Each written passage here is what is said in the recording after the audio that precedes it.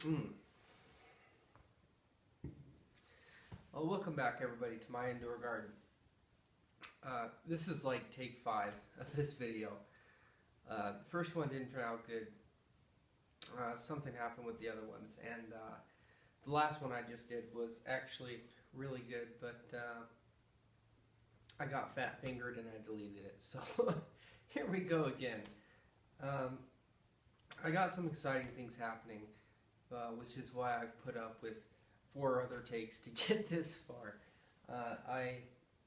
I've made some improvements, of course. If you've been following, you know what I started out with. I mean, when I started out, I didn't have a table at all. Then I had a little table, and now I built this nice big table. I got this lumber, 2 by 12 pieces of lumber, which are very expensive. I got them out of the 70% off rack at the Home Depot because they were warping and splitting and cracking, but they work perfectly for this. And every time I picked them up, I got pitch all over my hands, so I coated them in some primer, and now they're just perfect. So I'm gonna bring in closer. I'm gonna show you this pretty soon, but let me tell you what else we're gonna talk about.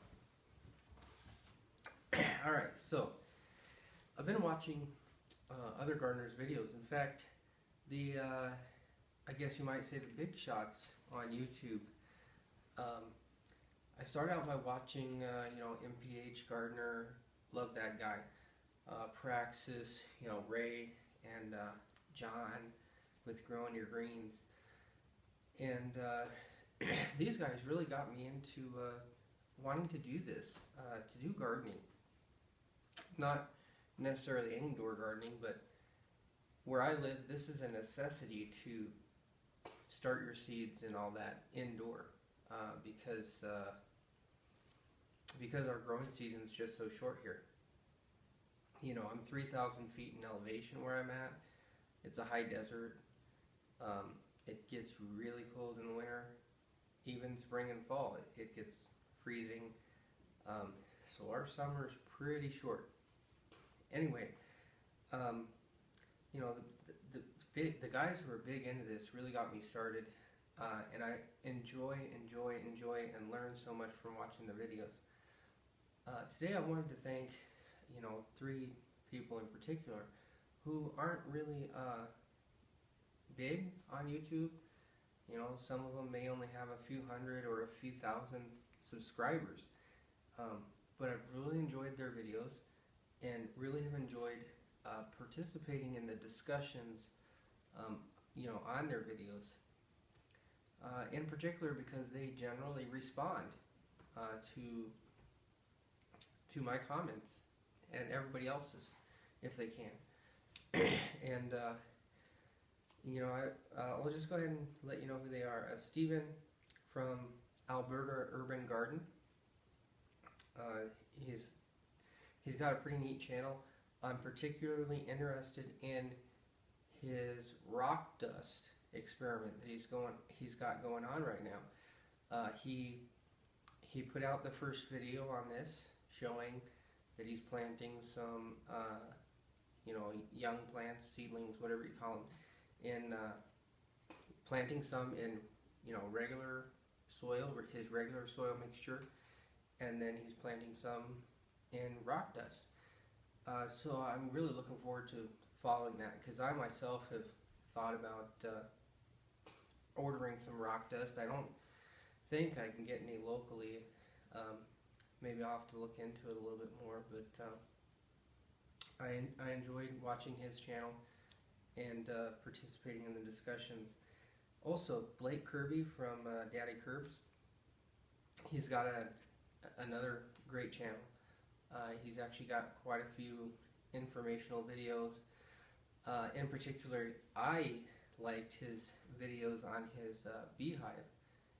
I've been kind of interested in what's going on with the bees, because I know so many of them have been dying off with the chemicals and the pesticides and stuff that's out there. And I was also interested because last summer, my first time growing stuff, I planted corn, I planted tomatoes, peppers, cucumbers, and it seemed to bring in bees.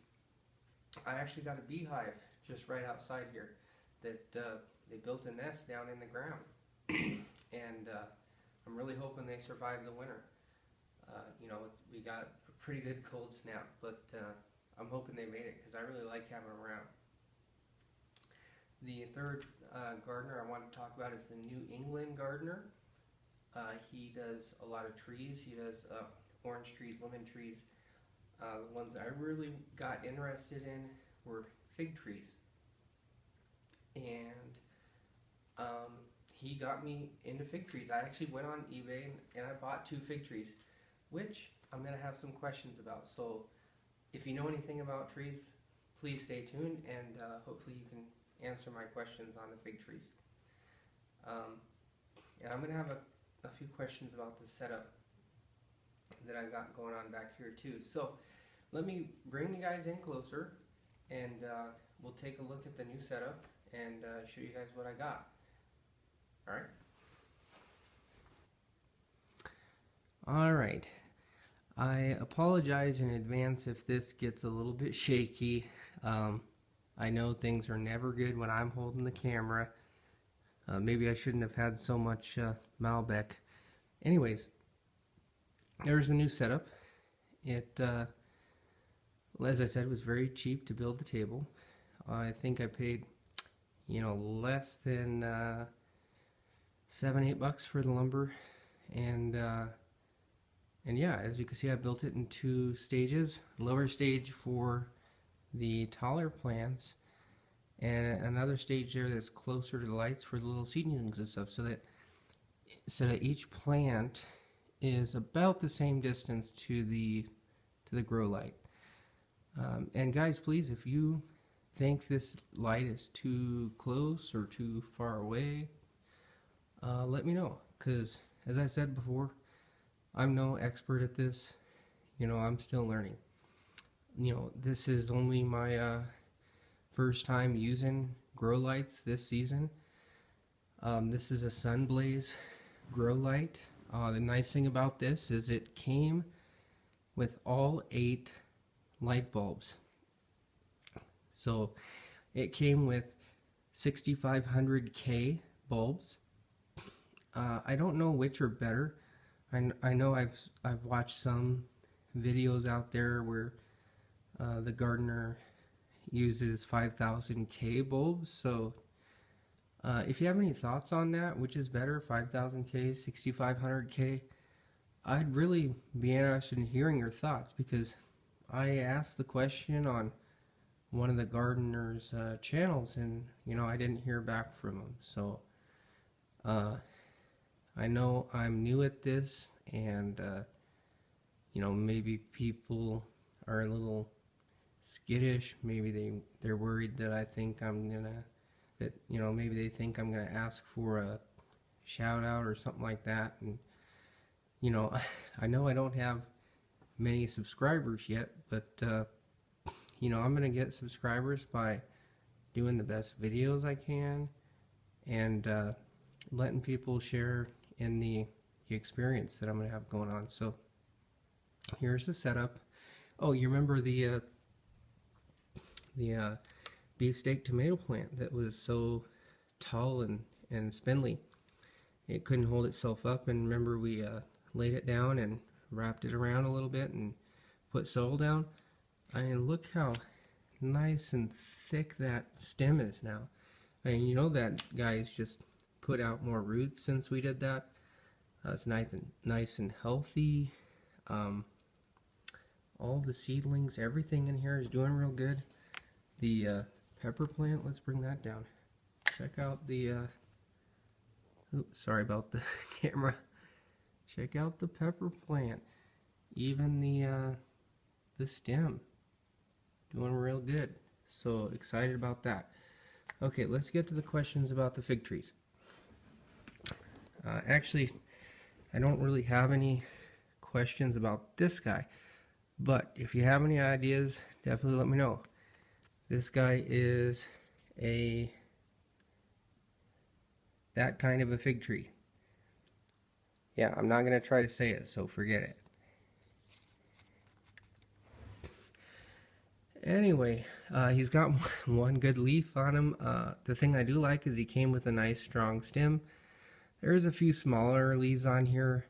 Probably went through some shock during shipping, and those leaves, you know, fell off. Whatever. Hope this guy's gonna do good under the grow light. You know, if you know anything about fig trees, please let me know. I really think it's gonna be good for him, but for sure, let me know.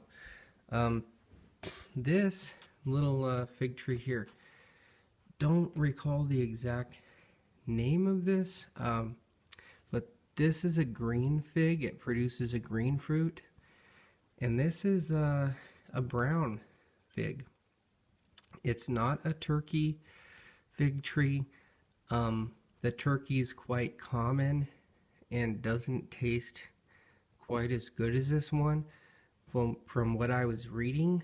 Of course, the closest thing that I've had to a fig is a fig Newton, so I've never had an actual fig, so I'm looking forward to these guys surviving.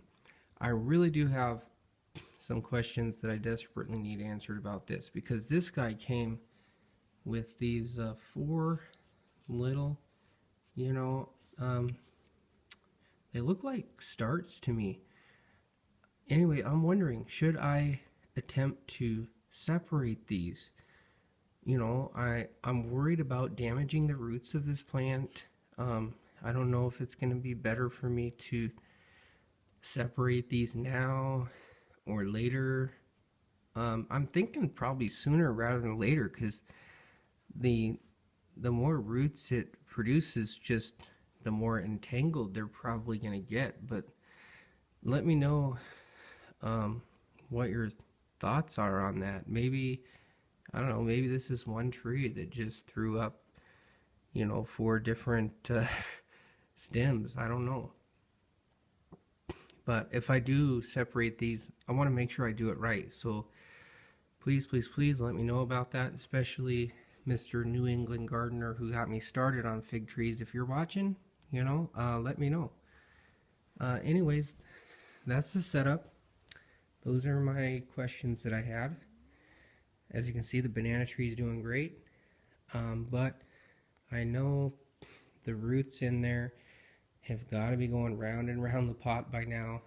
And that guy's got to be getting root bound. So look what we got on clearance this time of year. Go to the Home Depot, go to Lowe's. You got these big pots on clearance. This is usually like a $50 pot. I got it for 20 bucks. So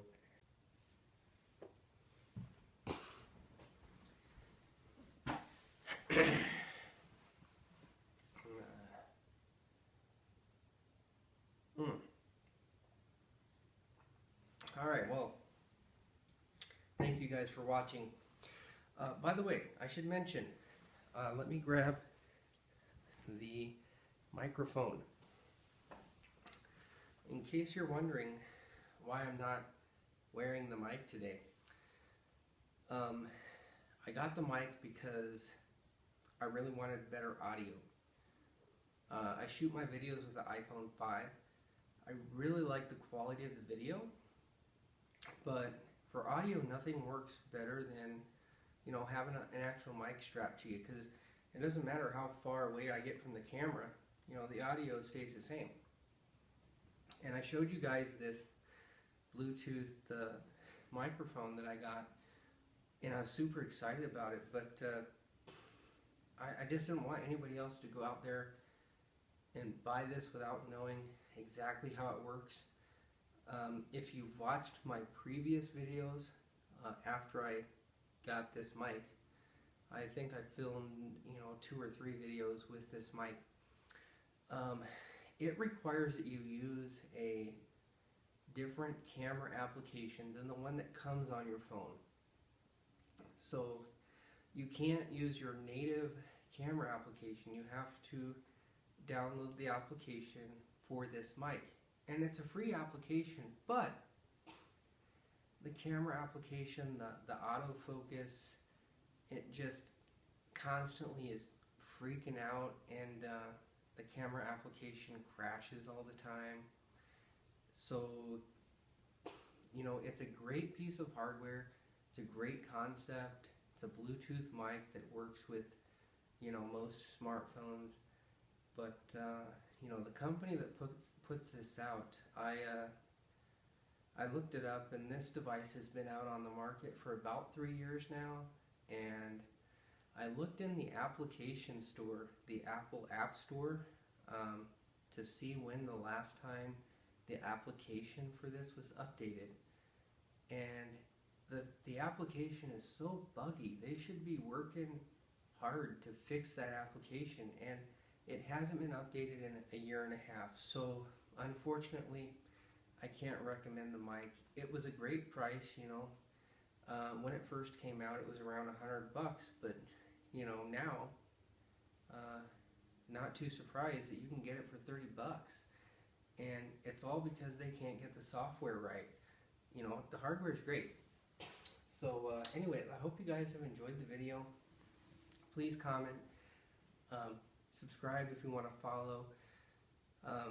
You know, I'm a do-it-yourselfer. If you've seen my previous videos, you know I've built a koi pond. It's 95% done. So this spring, I've got to set up a new biological filter for it. I've got to get the waterfalls going. It's going to have 2 waterfalls. It's going to be great. I'm going to plant some water plants in the upper section. I'm going to grow some vines up and over the overhead structure. Maybe I'll grow some hops over the top of it, and then I can make my own beers like Brock. And then I'm also planning on building a greenhouse. As long as I have the funds and everything goes well, I really want to, it's going to be a big greenhouse too. If you've seen my previous video where I'm going to put it on the side of the house over here, it's going to be really neat. And then I can really extend my growing season with a greenhouse and get a couple more of these grow lights. So I'm really happy so far with the grow light. I know the sun blaze I've only had for a few days, but this is an 8 bulb light. It came with all 8 bulbs. The bulbs are $10 a piece on their own and $180. So it's only $100 for this big fixture. And the 4 bulb fixture that I got from the Home Depot was a really good light fixture. 4 bulbs. The fixture was $89, but then of course it comes without a cord. You've got to spend money on a cord, and then you've got to wire the thing, and then you have to pay $40 or more to put 4 bulbs in it. So really the cost comparison, it's about the same. You know, I could buy 2 of those 4 bulb lights, you know, for about the same price as what I paid for this one. Actually, this one's probably a little bit cheaper. So I really am liking the grow light so far. I know a lot of people like to use the CFL lights like this one. And I really would like to put up and build some of my own light fixtures for CFL lights. I think they're great as well. And especially since you don't have to pay a lot of money for the fixture. You know, so it's kind of a toss-up. Anyways, let me know what you guys think. Like I said, comment, subscribe, and share.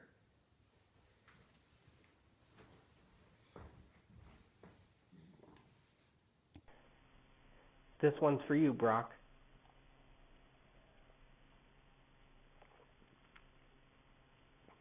Mmm.